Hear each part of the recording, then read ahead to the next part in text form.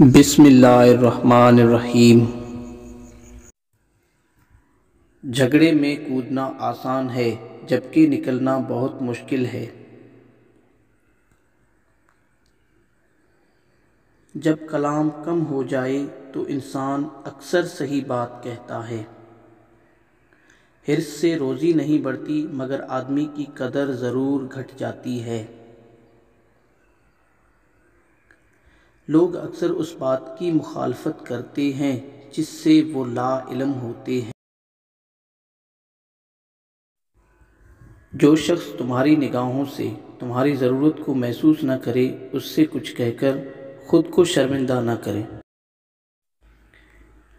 کسی کی عیب جوئی نہ کرو تاکہ تمہاری عیب جوئی نہ ہو، کیونکہ جس پیمانے سے تم ناپتے ہو تمہارے لیے بھی اسی پیمانے سے ناپا جائے گا۔ احمق شخص ہمیشہ محتاج رہتا ہے، عقل مند ہمیشہ غنی رہتا ہے، اور لالچی ہمیشہ ذلت میں گرفتار رہتا ہے۔